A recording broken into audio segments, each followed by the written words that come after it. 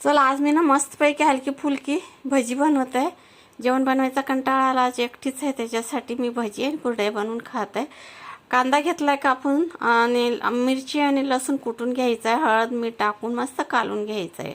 त्याच्यानंतर टाकायचं आहे बेसन टाकून झाल्यानंतर कोथिंबीर टाकून बेसन कालून घ्यायचं आहे। नंतर पाणी टाकायचं आहे, थोडं थोडं पाणी टाकून आणि घट्टसर जाड असं पीठ मळायचं नाही आहे, म्हणजे भजी छान होते, कुरकुरीत होते आणि जाळीदार होते। आणि याला जाम फेटून घ्यायचं। आता 1.5 चमचे मी रवा टाकलाय, रवा टाकून आणि वरून तेल टाकून पुन्हा फेटून घ्यायचं आहे। हे बघा अशा प्रकारे पीठ मळायचं आहे आणि मग तेल गरम झालेलं मस्तपैकी मिडियम गॅसवर आपल्याला भज्या मस्तपैकी परतून घ्यायच्यात, तळून घ्यायच्यात, म्हणजे छान होते अशी। बघा केवढी साईज, किती छोटी टाकली होती बघा, किती मोठी साईज झालेली आहे। चला अशा प्रकारे भज्या बनवून घेते।